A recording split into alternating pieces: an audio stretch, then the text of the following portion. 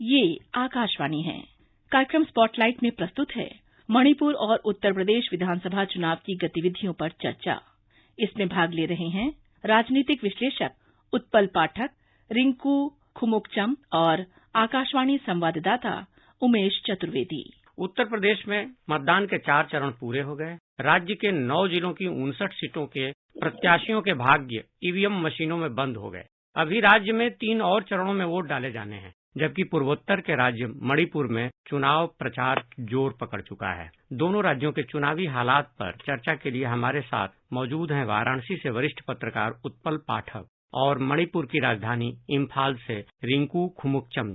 आप दोनों का इस कार्यक्रम में स्वागत है। सबसे पहले चलते हैं उत्पल पाठक के पास। उत्पल जी, आज उत्तर प्रदेश में चौथे दौर का चुनाव खत्म हो गया, 3 दौर अभी बाकी हैं। राज्य के राजनीतिक हालात क्या लग रहे हैं? देखिए, इसके पहले के 3 चरणों में 172 सीटों पर चुनाव हो चुके थे। आज जो है 59 सीटों पर चुनाव संपन्न हुए हैं। 2017 के अगर आंकड़ों की बात करें तो इन 59 सीटों में 2017 में भारतीय जनता पार्टी को 50 सीटें मिली थी। 1 सीट उनके अलायंस पार्टनर अपना दल को मिली थी, 4 सीटें समाजवादी पार्टी को मिली थी और 2 सीटें बसपा और कांग्रेस को 2-2 सीटें मिली थी।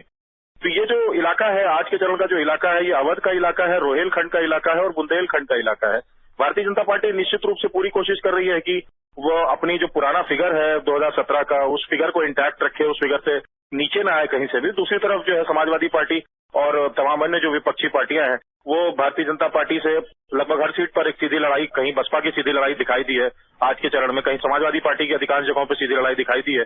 एक आध जगहों पर कांग्रेस के प्रत्याशी भी कहीं कहीं त्रिकोणात्मक या कह लीजिए कि क्वाड्रिलेटरल कुछ सीटों पर बड़ा मामला पेचीदा फंसा हुआ हो सकता है, उसमें कांग्रेस के भी कोई प्रत्याशी कभी लड़ाई में दिख रहे हो। हालांकि इस चरण में भी कांग्रेस का कोई खास बड़ा वजूद राजनीतिक नहीं दिखाई पड़ रहा है। इस चरण में अधिकांश सीटों पर भारतीय जनता पार्टी और समाजवादी पार्टी की जो दोनों गठबंधन है, दोनों के सामने सामने से बिल्कुल एक सीधी लड़ाई दिखाई पड़ रही है। और अब तक के माहौल में अगर देखें तो कोई भी असेसमेंट जो है इन चारों चरणों का, कोई भी ग्राउंड पर भी रिसर्चर ये नहीं कह पा रहा है कि किसी एक पर्टिकुलर पार्टी की मेजोरिटी आ रही है, क्योंकि बहुत ही क्लिष्ट हो चुका है, बहुत ही कठिन हो चुका है। और जैसे जैसे ये पूर्वांचल के करीब बढ़ता जा रहा है चुनाव, तो अगले जो चरण बचेंगे 5, 6, 7 जो चरण, उसमें से 6वां 7वां चरण पूर्वांचल का है, वैसे और जटिलताएं जो है, सामाजिक जटिलताएं बढ़ेंगी। भारतीय जनता पार्टी निश्चित रूप से ड्राइविंग सीट पर तो जरूर है, क्योंकि ज्यादा उनका जनाधार और पिछले बार के जो आंकड़े और तमाम चीजें जो उनके पक्ष में है। मैं ये एक सवाल ये जानना चाहूंगा, जैसे आप कह रहे हैं कि कोई भी रिसर्चर ये कहने की स्थिति में नहीं है कि किसको बढ़त मिल रही है। 2017 के विधानसभा चुनाव को भी याद कीजिए, उस समय भी ऐसा ही कहा जा रहा था, तब उत्तर प्रदेश के लड़के लड़ रहे थे भारतीय जनता पार्टी के खिलाफ। नहीं, उस समय 2017 के जो उत्तर प्रदेश के लड़के लड़ रहे थे सर, वो उस समय में जो भी शिफ्टिंग वोट्स थे, ये कह लीजिए कि एमबीसी, ईबीसी यानी मोस्ट बैकवर्ड कम्युनिटी या एक्सट्रीमली बैकवर्ड कम्युनिटी या जो non Yadav, non Kurmi, non Maurya OBC है, वो सीधे सीधे तौर पर भारतीय जनता पार्टी को सपोर्ट करते हुए दिखाई दे रही। उस चुनाव में एक मोदी फैक्टर भी काम कर रहा था। 2014 की जो जीत मिली थी भारतीय जनता पार्टी को, जो एक मैमथ विक्ट्री मिली थी, वो भी 2017 में काम कर रही थी।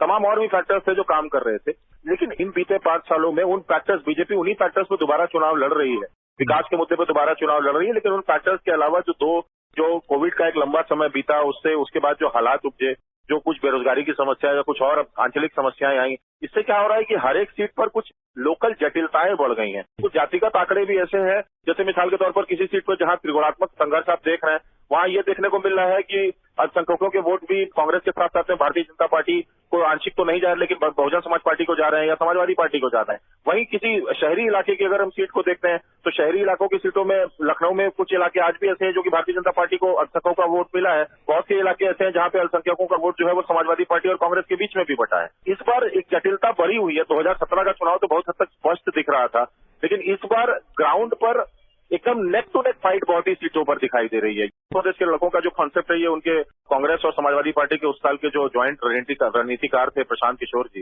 ये उनका दिया हुआ था।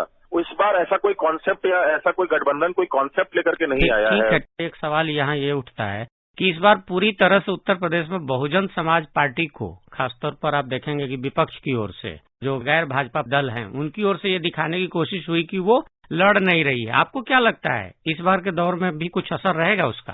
आप पिछले चुनाव को ध्यान से देखिए, 2017 के चुनाव को, भले ही भारतीय जनता पार्टी को इतनी ज्यादा सीटें मिली और उनकी एक मैमथ विक्ट्री आई, बहुजन समाज पार्टी के पास ज्यादा नंबर्स नहीं आए थे विधायकों की तुलना में अगर करें तो, लेकिन उनका जो वोटिंग परसेंटेज है, आप देखिए उनका वोटिंग परसेंटेज एक इंटैक्ट परसेंट पे रुका रहता है। लगभग 20% जो दलित पॉपुलेशन है उत्तर प्रदेश की, उसका अधिकांश हिस्सा आज भी जो है वो बहन कुमारी मायावती और बहुजन समाज पार्टी के साथ में खड़ा हुआ है। ठीक है, भारतीय जनता पार्टी ने 30 साल या 35 साल कह लीजिए, 35 साल और उससे नीचे के आयु वर्ग के जितने दलित वोटर हैं, उसमें हमने ग्राउंड पर भी देखा कि बहुत भारी मात्रा में ये जो यंग दलित वोटर्स हैं, बहुत इलाकों में, जाटव लैंड छोड़ दीजिए तो बाकी जो इलाके हैं वहां पर भारी मात्रा में एक यंग दलित फोर्स जो है वो बीजेपी की तरफ सपोर्ट करता हुआ, टिल्ट करता हुआ दिख रहा था। लेकिन आज भी जो 80% दलित फोर्स है वो बहन कुमारी मायावती के ही आसपास घूमता हुआ दिखाई देता है। दूसरा एक चीज आप गौर फरमाइए कि लगभग 403 सीटों के अगर पूरे उत्तर प्रदेश के चुनाव की बात करें, जहां जहां बहुजन समाज पार्टी चुनाव लड़ा रही है, अधिकांश सीटों पर उन्होंने अल्पसंख्यक उम्मीदवार भी दिए हैं। तो एक उनका सोशल इंजीनियरिंग का जो फैक्टर है वो अधिकांश सीटों पर इस बार भी जो है वो दलित और मुसलमान वाला फैक्टर साथ साथ दिखाई दे रहा है। कुछ एक जगहों पर पूर्वांचल में उन्होंने अपर कास्ट राजपूत या अपर कास्ट ब्राह्मणों को भी टिकट दिया है, जो कि उनकी एक सोशल इंजीनियरिंग का फैक्टर है।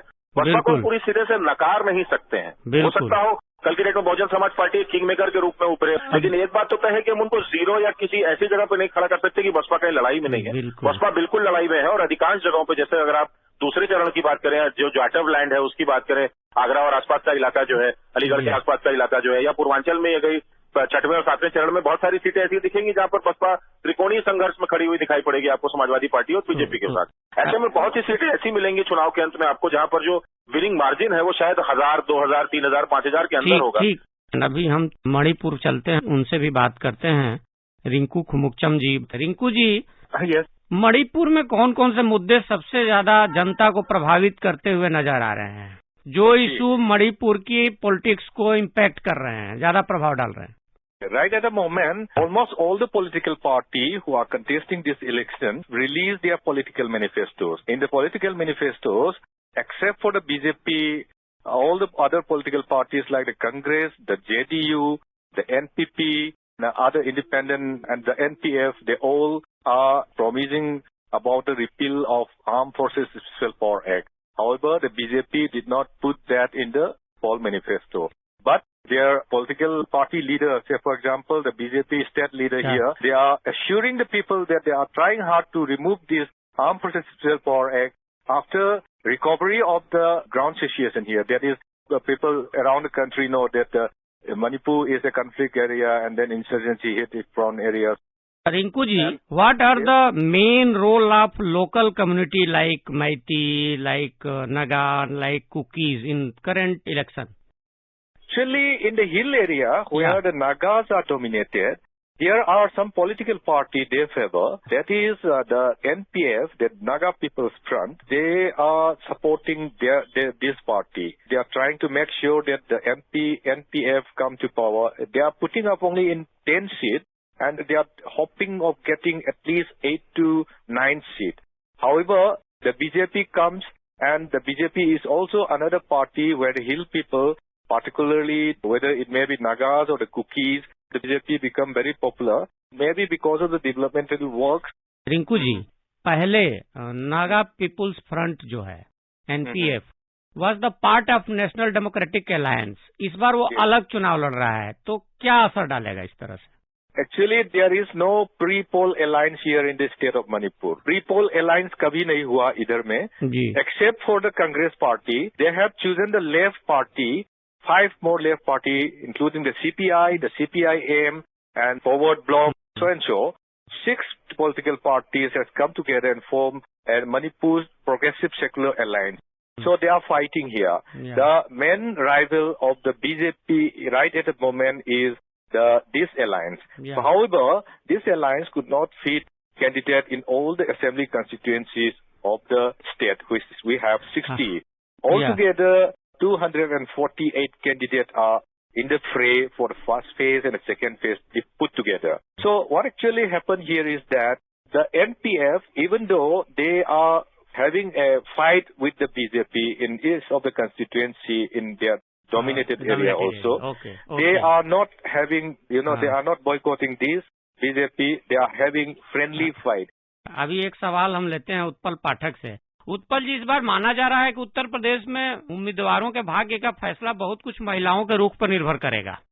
जी बिल्कुल, शायद इसी वजह से कांग्रेस पार्टी का जो प्रभारी हैं प्रियंका गांधी, जिन्होंने लड़कियों लड़ सकती हूँ का स्लोगन दिया है और अधिकांश सीटों पर उन्होंने तकरीबन 40% सीटों पर प्रदेश की जो है वो महिला उम्मीदवार लड़ाए हैं। हालांकि उनसे बहुत सारे महिला उम्मीदवार ऐसे भी हैं कांग्रेस के जिनका कोई पॉलिटिकल बैकग्राउंड नहीं है या कोई बहुत ज्यादा सोशल अक्यूमेंट नहीं है। मिडिल क्लास महिला वोटर है, शहरी क्षेत्रों की और जो कस्बाई इलाके हैं, जो शहरी और ग्रामीण क्षेत्रों के बीच के जो कस्बाई इलाके हैं, यहाँ के महिला वोटरों का बहुत ज्यादा निर्णायक रोल इस बार आपको देखने को मिलेगा और जो एक लंबी भीड़ देखी जा रही है और हर जगह पर एक बड़ा वोटिंग परसेंटेज भी जो आ रहा है उसमें भी महिलाओं की एक अच्छी खासी संख्या देखने को मिल रही है। तो निश्चित रूप से महिलाएं अपना वोट कास्ट करने के लिए इस बार इच्छुक हैं। उत्पल जी, इसमें कितनी सच्चाई है? जैसा एक बात कही जा रही है कि पहले क्या होता था कि महिलाएं परिवार के मन मुताबिक, परिवार के आगे वाले लोगों के लिए, अगुआ लोगों के मन मुताबिक वोट डालती थी, लेकिन अब हाल के दिनों में और खासतौर पर इस इलेक्शन में वो अपने परिवार से अलग सोच रखते हुए वोट डाल रही हैं। ऐसा कोई संकेत मिला है क्या? ऐसी बात कही जा रही है। ये ट्रेंड 2017 से ही मिलने लग गया था और ये ट्रेंड बहुत से शहरी इलाकों में 2017 में जो भारतीय जनता पार्टी को आप देखिए अल्पसंख्यक महिलाओं के भी वोट मिले थे शहरी इलाकों से, वो ट्रेंड 17 में दिखाई देना शुरू कर गया था। और अब तो देखिए जिस तरीके से महिलाओं में एक एजुकेशनल क्वालिफिकेशन बढ़ी है और बगल के राज्यों में भी देखिए उत्तर प्रदेश से सटा हुआ बिहार है, बिहार में भी जिस तरह से महिला वोटरों की भागीदारी बढ़ रही है, तो जो एक इंटरकनेक्टिविटी है दोनों राज्यों की, उसका भी एक बड़ा असर पड़ता है क्योंकि दोनों राज्यों की तकरीबन 50 से ज्यादा सीटें एक दूसरे को कोइंसाइड करती हैं, तो एक माहौल भी बिल्कुल सेम बनता है। उसी तरीके से यहाँ पर भी मैं शहरी और कस्बाई महिला वोटरों के लिए तो बिल्कुल ये कह सकता हूँ स्पष्ट रूप से कि वो अपने परिवार या किसी अपने पति या किसी भी अपने पिता के कहने पर तो वोट नहीं डालने वाली। ऐसा ही सवाल मणिपुर से, क्योंकि मणिपुर तो मातृसत्तात्मक राज्य है और वहाँ महिलाओं की हमेशा आंदोलनों में भी भागीदारी रही है, बड़े बड़े आंदोलन महिलाओं ने किए हैं। रिंकू जी, क्या लगता है महिलाओं की स्थिति वहाँ, महिलाएं क्या सोच रही हैं? It is the female voter that is going to play a big role in giving power mandate to any political party. The number of female voters crossed 10 lakh here in Manipur. However, the male voter remain 9 lakh plus, okay, somewhere around that. That means the total number of female voter is more. Yeah. And at this time, the political sensibility of the women community here is getting higher and higher. And then they have started taking their own decision because Manipur has been suffered for a long time because of these many issues like violations of human rights where women are left widow. No, these are the issues. So women themselves have started taking up decisions in participating in this election, and because of there are 17 women candidates contesting this election. These are not because of reservation. These are the women who comes out with vision and with their will to contest the election. So the female political sensibilities has grown, and this time also it will be the female who is going to play a big role. It doesn't matter. It is not a communal type of politics going on here. They want their family to be fulfilled. Rinku ji, मैं ये कहना चाहूंगा कि भारतीय संस्कृति में कहा जाता रहा है कि ऐसी मान्यता भी है कि महिलाएं चाहें तो स्वर्ग बना दें, तो क्या हम उम्मीद कर सकते हैं? उत्पल पाठक जी, एक संक्षिप्त टिप्पणी, क्या हम ये कह सकते हैं कि इस बार उत्तर प्रदेश में भी महिलाएं अपनी भारतीय संस्कृति के मुताबिक एक नया इतिहास रचेंगी? जी बिल्कुल रचेंगी, और मेरा मानना है कि 403 सीटों में से अधिकांश सीटें ऐसी होंगी, करीब 150 से ज्यादा सीटें ऐसी होंगी जो कि शहरी और कस्बाई इलाकों की होंगी, जहां पर महिला वोट ही निर्णायक सिद्ध होंगे और महिला वोटों के ही हिसाब से जो है उस जगह का जो भी विजेता होगा वो महिला वोटों के हिसाब से ही चुना जाएगा।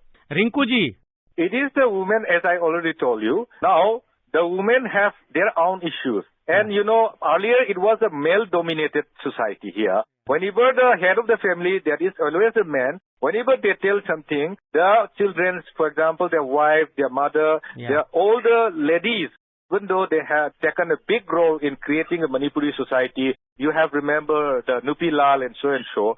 But today, there is a paradigm shift in socio-political character of the Manipur. Women today have started taking their own decision. You know, even also, if their husband started working for some other candidate, then they wouldn't bother about it. They will vote for what they like. इस गंभीर चर्चा में समृद्ध और संजीदा भागीदारी के लिए उत्पल जी और रिंकू जी, आप दोनों का बहुत बहुत आभार। धन्यवाद। अभी आप सुन रहे थे मणिपुर और उत्तर प्रदेश विधानसभा चुनाव की गतिविधियों पर चर्चा। इसमें भाग ले रहे थे राजनीतिक विश्लेषक उत्पल पाठक, रिंकू खुमुकचम और आकाशवाणी संवाददाता उमेश चतुर्वेदी। ये कार्यक्रम आकाशवाणी के समाचार सेवा प्रभाग द्वारा प्रस्तुत किया गया। इसे आप हमारे mobile app news on AIR और YouTube channel news on AIR official पर भी सुन सकते हैं। इस कार्यक्रम के संबंध में अपनी प्रतिक्रिया आप हमें ईमेल कर सकते हैं।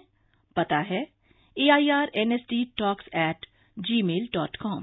ये कार्यक्रम फिर से सुनने के लिए लॉग ऑन करें हमारी वेबसाइट newsonair.nic.in।